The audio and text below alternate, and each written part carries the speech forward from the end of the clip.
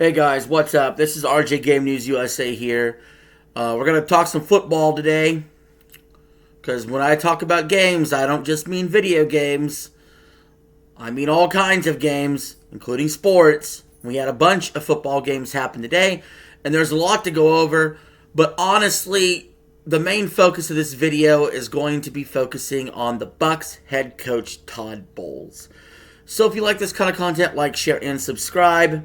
And without further ado, let's just jump right into it. So, this is going to sound bombastic. This is going to sound a little unhinged, It's going to sound like it's a nothing burger. I actually really, truly believe that the Bucs head coach, Todd Bowles, is an absolute fucking coward and an absolute fucking idiot. And I have a lot of evidence to back that up for me. So let's start with this. Okay, let's start with what happened today, and then we'll dig deep into his past. So today, the Bills were leading the Bucs 44-32. The Bucs get the ball back with 38 seconds left. They have no timeouts. You see Baker Mayfield getting upset on the sideline, and that's because Todd Bowles sent in the backup quarterback to go take a knee and end the game. Now, you may be thinking, that's awfully odd to be sending in the backup quarterback in a two-score game to go take a knee. It is. That's because it is odd. That's because I don't know of any other coach that would do such a thing. Of course, CBS and their broadcast didn't really point this out as being too much of an issue. However, I do find this to be incredibly cowardice. Now, I do, think that there are certain situations where you give up on the game. When Washington trotted out Jaden Daniels down by 30 points, he should have not been in the game at that point. But this was a two-possession game. And the Bucs have Baker Mayfield at quarterback, a guy known for his deep ball. You can't tell me that Baker couldn't get down the field either in one play or on a quick drive using the sidelines and score some kind of touchdown with time left where they could kick an onside kick. Remember, they'd kind of been moving the ball up and down the field on Buffalo all day long, for the most part. So you can't tell me that's not, at least a 10% chance that could happen. It's worth trying. And not only do you show the cowardice of not doing that, you have sort of kind of pissed off Baker a little bit. Let's be honest. And not only that, but your calling card is supposed to be defense, and you just gave up 44 points to the Bills. You just let Josh Allen score 6 touchdowns on you. 3 rushing, 3 passing. Your calling card is supposed to be defense, yet your entire career offense has bailed you out. I mean, let's not forget, we're going to go in the Wayback Machine on Todd Bowles, okay? Let's start with his career at the Jets. He was awful. He was terrible. The things that people say about Aaron Glenn now is what they said about Todd Bowles then. He sucked. He was terrible. And he was rightfully fired. Then he's on the Bucs staff. He's a good defensive coordinator, supposedly, right? I don't believe he is. I believe he just had really good players. I don't think he's that brilliant of a mind. From what I've seen with some of his game managing, which we'll get into. So, when he assumed, let's talk about the Super Bowl. He gets a lot of credit for as defensive coordinator first. He gets a ton of credit for the Bucs beating the Chiefs 31-9 in Super Bowl 55. Everybody immediately goes, first thing they go to, the defense did a number on Mahomes. The defense did a number on Mahomes.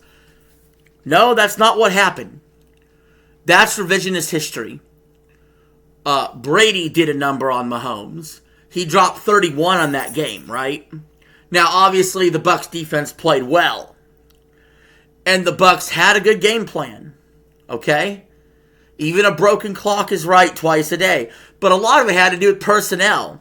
A lot of it had to do with the Chiefs having offensive line injuries as well.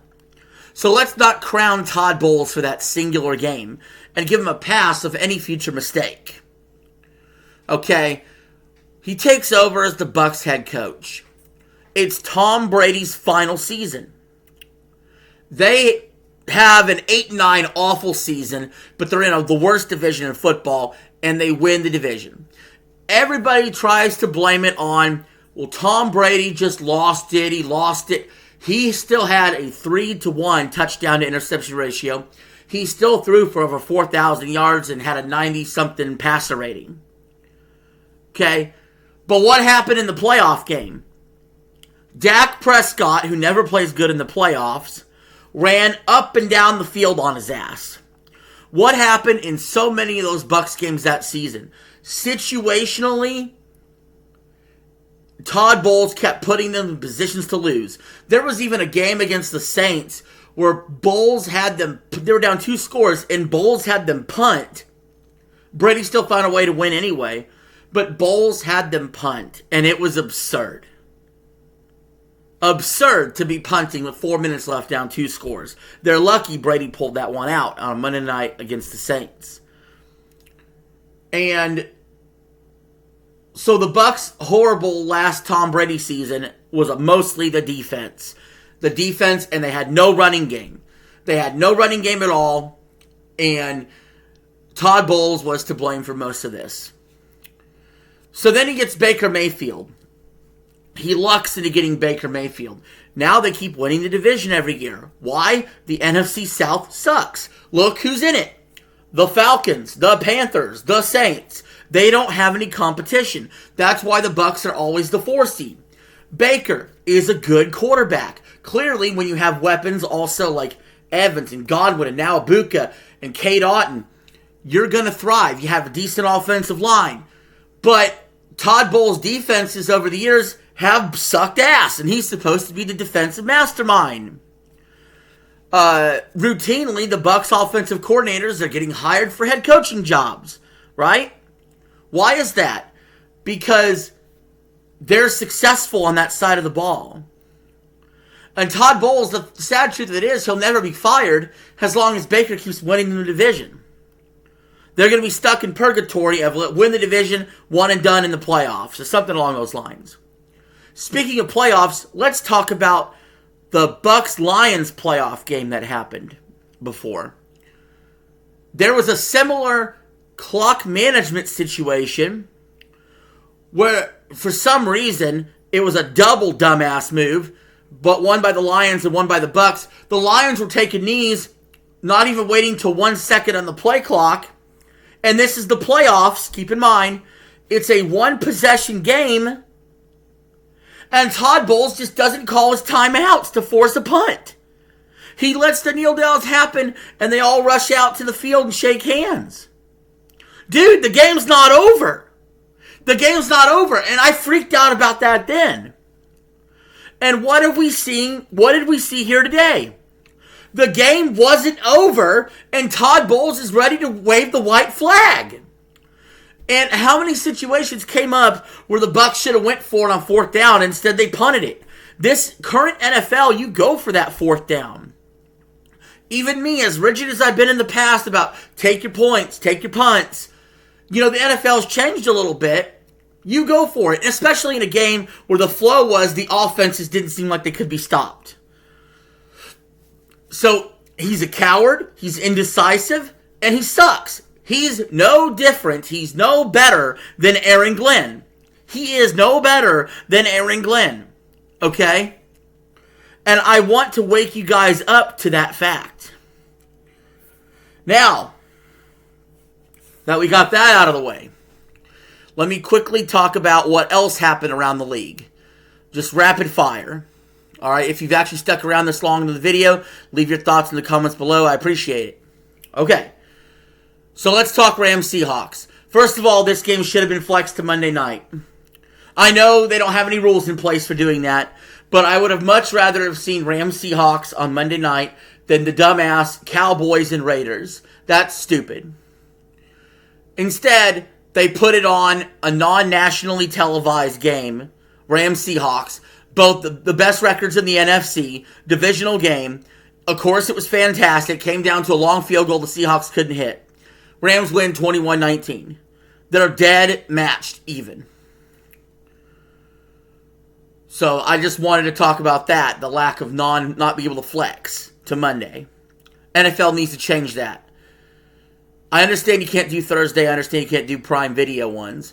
But you should be able, with enough ahead of time knowledge, you could have put Rams and Seahawks on Monday night, and you could have moved the Cowboys-Raiders dumpster fire to the mid-afternoon game that's not nationally televised. God. You're going to make me watch Monday Night Raw and John Cena's Final Raw instead of watching Monday Night Football with this bullshit. What else we got to talk about? 49ers blew out the Cardinals. Brock Purdy looked good. All right, he got that monkey off his back. Mac Jones was on his ass.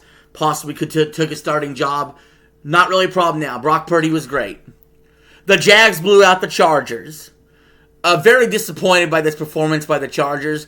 I don't know what to make of the Jags. I don't know what to make of them. 1 week they suck. 1 week they blow a lead. 1 week they're great. I don't know what to think of them, honestly. And then we got to talk about the Chiefs Broncos. Broncos walk it off, 22-19, last second field goal. Okay. I think we can somewhat safely say the Chiefs will not win the AFC West. This is great news for Patriots history because they had won 11 straight AFC East titles, most divisions in a row. The Chiefs had won 9 in a row, even going back to the Alex Smith days. Doesn't appear they're going to do that now. That will end that streak. Not officially, but looks like it's on death's door now. And hopefully that also means that ends the streak of the Chiefs going to 7 straight AFC Championship games, chasing the Patriots 8 in a row, which oddly enough, their last AFC Championship appearance was the Chiefs' first of this streak. And the Patriots may be in the AFC Championship this year. With the Broncos win, they're actually on the inside track for the 1 seed. Patriots are also 9-2. I think the Patriots have the edge if you look at the schedule. Broncos have a couple cupcakes coming up, Raiders and Washington. But after that, they got 4 tough games. 3 of those 4 at home, though. Packers, Jags, Chiefs, and Chargers. We'll see what happens. Chiefs got the Colts next week. That's tough. They could fall to 5-6. But then I don't see them losing a whole lot after that. Broncos better keep up. They better not fold. I mean, still, 9-2 team, 5-5 team. They should be able to hold on for the division. But you never know. You never know. And then as far as the wild card goes, the Chiefs are even struggling there because Baltimore and Houston are all 5-5. They were division winners last year. They're wild card teams now. The difference is both Houston and Baltimore have had quarterback injuries through the year. Mahomes has been there every game. So what's happened? Well, last year they were undefeated in one-score games. This year, they're winless in one-score games. They're 5-0 in non-one-score games and 0-5 in one-score games. And a lot of people wondered why I took the Broncos to beat the Chiefs. Here's why. Here's why I took them to beat it. Because the Chiefs could have blown them out. I didn't think they would. Why? Denver's got a good defense. Denver's really good in one-score games. Denver's good when they trail. Denver's good in the fourth quarter. Denver's good in close games. Right? And they have a good kicker. All that was proven to be true. The Chiefs are not as good as people make them out to be. They're certainly not as just some average 5-5 team. I do think they're still going to make the playoffs. But this idea that they're going to be the dynasty forever is just not true. Okay? And I think we've gotten to a point where maybe people are starting to realize that. I don't know. But all I know is this. The NFL was wild today. It was fun today. A couple other news nuggets. Aaron Rodgers got hurt with a wrist injury. Don't know how serious it is.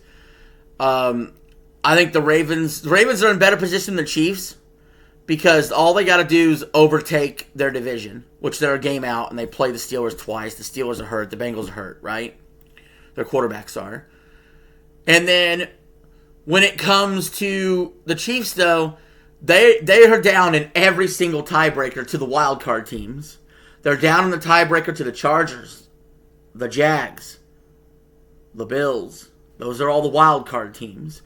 And even the non-wild card teams, they're down in the tiebreaker to the Broncos currently. Right? And we'll see what they do against the Colts. But they're essentially, you could basically pencil them in as 2 games behind because of the tiebreaker situation. And remember, there's only 7 games left to play for Kansas City. Now, if you're a Kansas City, diehard, you're going to think they're going 7-0 in these last 7 and go on a hot run. And if you're a KC pessimist, you're like, well, they go 0-7, and then you're kind of delusional if you think that. I mean, what's more likely is they'll continue to do what they've done all year, right? They could win 4 or 5 more games. I see this as a 10-7 team. 5-2 the last 7, I kind of believe that. Colts game could go either way. The schedule gets easier after that. We'll see. But anyway, guys, I've taken up enough of your time. Thank you for watching the video, and I'll see you all later.